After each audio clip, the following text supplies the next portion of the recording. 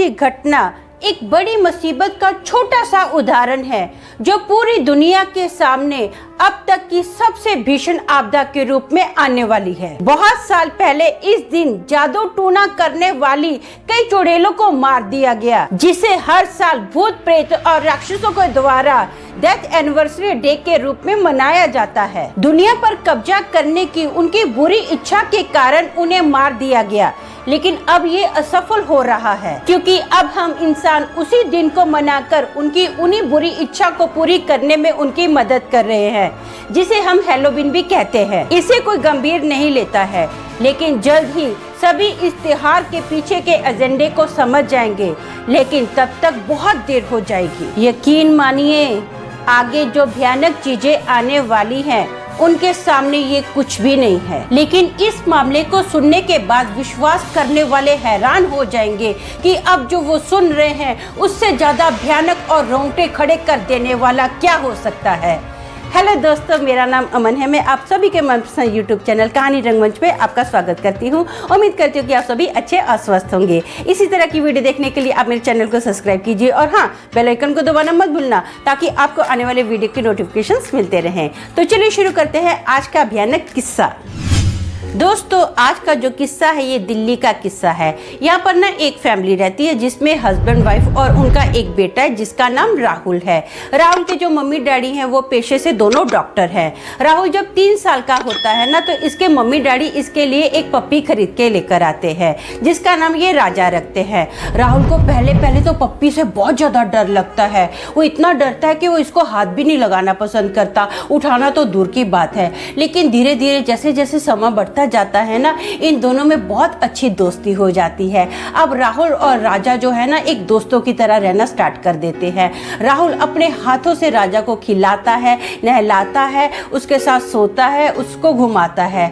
धीरे धीरे टाइम बढ़ता जा रहा है। अब जब राजा ना 8 साल का हो जाता है तो राहुल की जो मम्मी होती है ना, इनकी ट्रांसफर दिल्ली की हो जाती है। पूरी फैमिली जो है ना ये दिल्ली में शिफ्ट हो जाती है। इनका जो घर है ना वो 2 मोहल्ले का, जैसे एक मिनी बंगलो रहता है ना वैसा इनका मिनी बंगलो है। और ऊपर का जो 2nd फ्लोर होता है ना उस फ्लोर पर अपना ये राहुल रहता है। राहुल को बहुत ज़्यादा मज़ा आता है यहाँ पर। यहाँ का जो वातावरण होता है ना उसको बहुत ज़्यादा पसंद होता है। एक बार क्या होता है, हैलोवीन का दिन आता है। दोस्तों, पहले तो आपको पता है कि ये जो हैलोवीन था फॉरेन में मनाया जाता था। अब धीरे धीरे हैलोवीन का जो फैशन है अपने इंडिया में भी आ गया है। यहाँ पर भी बहुत सारे लोग जो है ना हैलोवीन मनाते हैं। हैलोवीन का दिन होता है और इसके मम्मी डैडी ना बाहर जाते हैं किसी काम के लिए। अब इसको बोलकर जाते हैं कि काम वाली आएगी, वो उसके पास ना घर की चाबी है, वो अपना काम करके यहाँ से निकल जाएगी, तो बेटा अपना पढ़ाई करना। ये बोलता है ठीक है। अब ना 2nd फ्लोर पर ये अपने रूम में पढ़ाई कर रहा होता है। पढ़ाई करते करते ना अचानक से इसको धाड़ देने बर्तन गिरने की आवाज़ आती है। ये पहले सोचता है कि शायद आंटी होगी, आंटी आई होगी, मम्मी ने बोला था ना कि काम करने वाली आई होगी, तो आंटी किचन में काम कर रही होगी, उनके हाथ से बर्तन छूट गए हैं। अब थोड़े ही टाइम के बाद ना इसको ऐसे आवाज आ रही है कि जैसे कोई झाड़ू को पटक रहा है।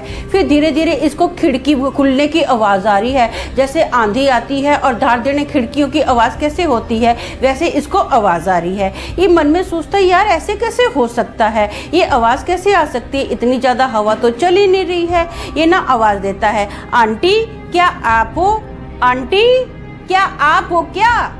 लेकिन आंटी की कोई आवाज़ नहीं आती है। तो सोचता कि हो सकता है मेरी आवाज़ आंटी तक नहीं गई हो। ये अभी सोचता कि थोड़ा टाइम ऐसा करता हूँ, बालकनी की खिड़की खोलता हूँ और वहाँ पर ताज़ी हवा लेता हूँ, थोड़ा फ्रेश हो जाऊँगा तो पढ़ने में अच्छा लगेगा।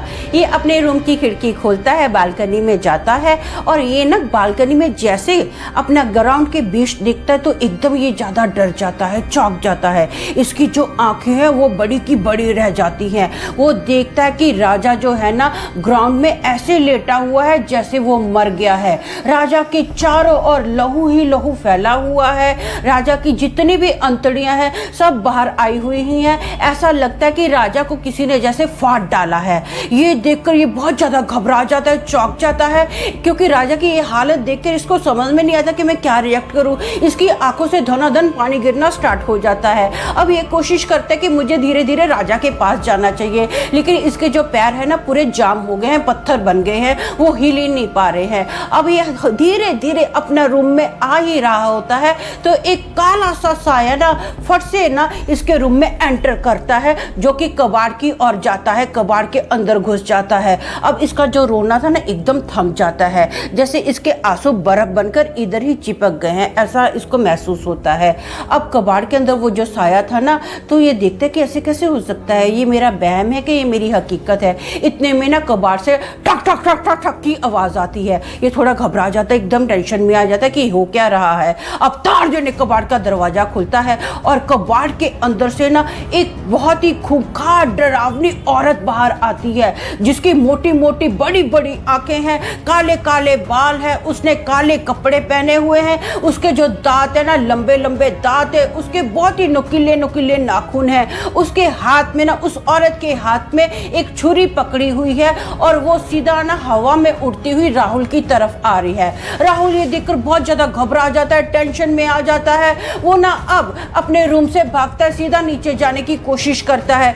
अब वो फटाफट भाग रहा है, भाग रहा है, भाग रहा है। जो औरत है ना जोर जोर से हंस रही है, चीख रही है और उसके पीछे आ रही है, वो सीधा हवा में उड़ती हुई आ रही है। राहुल अब सीढ़ियों के बीचों बीच है तो वो देखता है कि हॉल में ना राजा खड़ा है। वो राजा को देखकर एकदम चौंक जाता है, घबरा जाता है कि ऐसे कैसे हो सकता है, ये राजा मेरी आंखों के सामने कैसे आ सकता है। राजा तो मर चुका था। वो देखता है कि राजा की जो आंखें हैं ना एकदम बड़ी बड़ी मोटी मोटी लाल लाल आंखें हैं। राजा वैसी जैसे उसके शरीर की सारी अंतड़ियां निकली हुई थी, शरीर जहां से बीच में फटा हुआ है, वैसे ही राजा उसके सामने खड़ा है। पूरा लहू लहान राजा खड़ा है। राजा के जो दांत है ना बहुत ही बड़े बड़े नुकीले नुकीले दांत है। अब जो राजा है उसको जोर जोर से भौंक रहा है, वाओ वाओ वाओ ऐसे करके जोर जोर से भौंक रहा है। ये राजा को देखकर बहुत ज्यादा टेंशन में आ जाता है। अब ये करे तो क्या करे, इसको समझ में नहीं आ रहा है। पीछे भूत है, सामने जो राजा है ज़ॉम्बी के जैसा दिख रहा है, किधर जाए इसको कुछ समझ में नहीं आ रहा है। जो राजा है ना सीधा हवा में उड़ता हुआ राहुल के मुंह पर आता है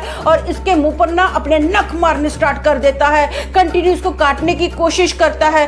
अब राहुल बहुत ज्यादा घबरा जाता है, इसको अपने आप को बचाने की बहुत कोशिश करता है। फाइनली जो राहुल है ना राजा को पकड़ता है और दूर फेंक देता है और फटाफट भागता है। वो घर के बाहर जस्ट निकला ही है और मेन गेट की तरफ भागा ही है ना, इतने में घर के अंदर एक गाड़ी एंटर होती है। वो देखता है कि उस गाड़ी के अंदर ना उसके मम्मी डैडी और राजा है। वो राजा को देखकर एकदम चौंक जाता है। उसके मम्मी डैडी फटाफट बाहर निकलते हैं गाड़ी से और पूछते कि क्या हो गया बेटा, तू इतना घबराया हुआ क्यों है, ये क्या है तेरे फेस पे ये निशान कैसे हैं, तेरे फेस पे से ये लहू कैसे निकल रहा है, क्या हुआ, तू ठीक तो है ना। तो ये पूरी घटना अपने मम्मी डैडी को बताता है। तो इसके मम्मी डैडी बोलते कि ऐसे कैसे हो सकता है, राजा तो गाड़ी के अंदर है। ये भी घबरा जाता है कि हाँ यार राजा गाड़ी के अंदर है तो ये कैसे हो सकता है, ऐसे कैसे पॉसिबल हो सकता है। अब ना जो राहुल होता है बहुत ज़्यादा घबरा जाता है, टेंशन में आ जाता है। इसके मम्मी डैडी इसको बहुत प्यार से समझाते हैं, हौसला देते हैं। अब ये थोड़ा संभल तो जाता है लेकिन इसके मन में ना राजा के प्रति एक वहम पैदा हो जाता है। इन दोनों की दोस्ती में ना एक दरार आ जाती है। ये जो भरोसा था दोनों का टूट जाता है। अब क्योंकि जो राहुल है ना अब राजा से बहुत ज़्यादा दूरियां बना लेता है। वो राजा के साथ सोता नहीं है, राजा को खिलाता नहीं है, राजा से बात भी नहीं करता, यहाँ तक कि राजा को घुमाता भी नहीं है। जो राजा होता है वो भी समझ जाता है कि जो राहुल है मेरे से कतरा रहा है। राहुल को पता होता है कि इसमें राजा की कोई गलती नहीं है, लेकिन फिर भी वो ना राजा से एक दूरी बना लेता है। कई साल बीत जाते हैं, इन दोनों में अभी बहुत जो प्यार है कम हो जाता है, लेकिन मन ही मन में राहुल के अंदर ना राजा के लिए एक सॉफ्ट कॉर्नर तो होता ही होता है। अब राजा की उम्र जो है ना 17 साल की हो जाती है। ज्यादातर जो डॉगी होते हैं ना 15-16 साल ही जीते हैं, लेकिन जो राजा होता है इसकी उम्र 17 साल की हो जाती है।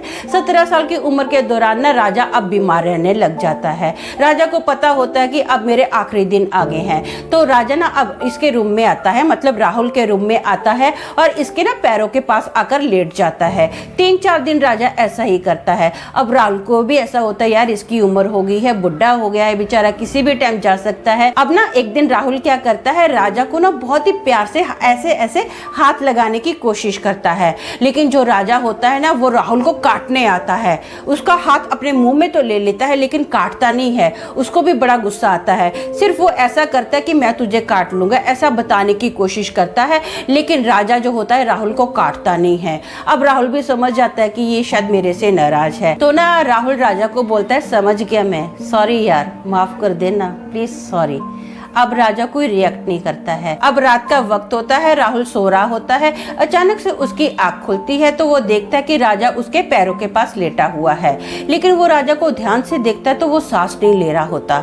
ये देखकर ना राहुल जो होता है बहुत ज्यादा घबरा जाता है, इसको अच्छे से चेक करता है, लेकिन राजा जो था ना उसने अपने अंतिम जो प्राण थे इसके राहुल के कदमों में आकर खत्म कर दिए थे। ये जो राहुल है ना अब जोर जोर से रोना स्टार्ट कर देता है। इसके रोने की आवाज से इसके मम्मी डैडी फटाफट इसके रूम में आते हैं। वो भी देखते कि राजा अब इस दुनिया में नहीं है। फाइनली राजा को दफना दिया गया था और उस दिन के बाद इनके घर में कोई भी डॉगी नहीं पाला गया, क्योंकि जो राहुल होता है वो राजा को कभी भुला ही नहीं पाता है। तो दोस्तों मेरा मानना ये है कि ये जो बुरी आत्माएं होती है ना, हम इंसानों को मुसीबत पे देखना पसंद करती हैं, खासकर परमेश्वर, जानवर और इंसानों से हमारा रिश्ता तोड़ते हुए। अगर फिर भी कोई इस अपवित्र त्योहार को मनाएगा तो वो अपने लिए एक बड़ी मुसीबत को बुलाएगा जिसमें किसी की जान भी जा सकती है। तो आज के लिए बस इतना ही, कल फिर मिलेंगे और एक भयानक किस्से के साथ। तब तक के लिए शालोम, शांति और सलाम।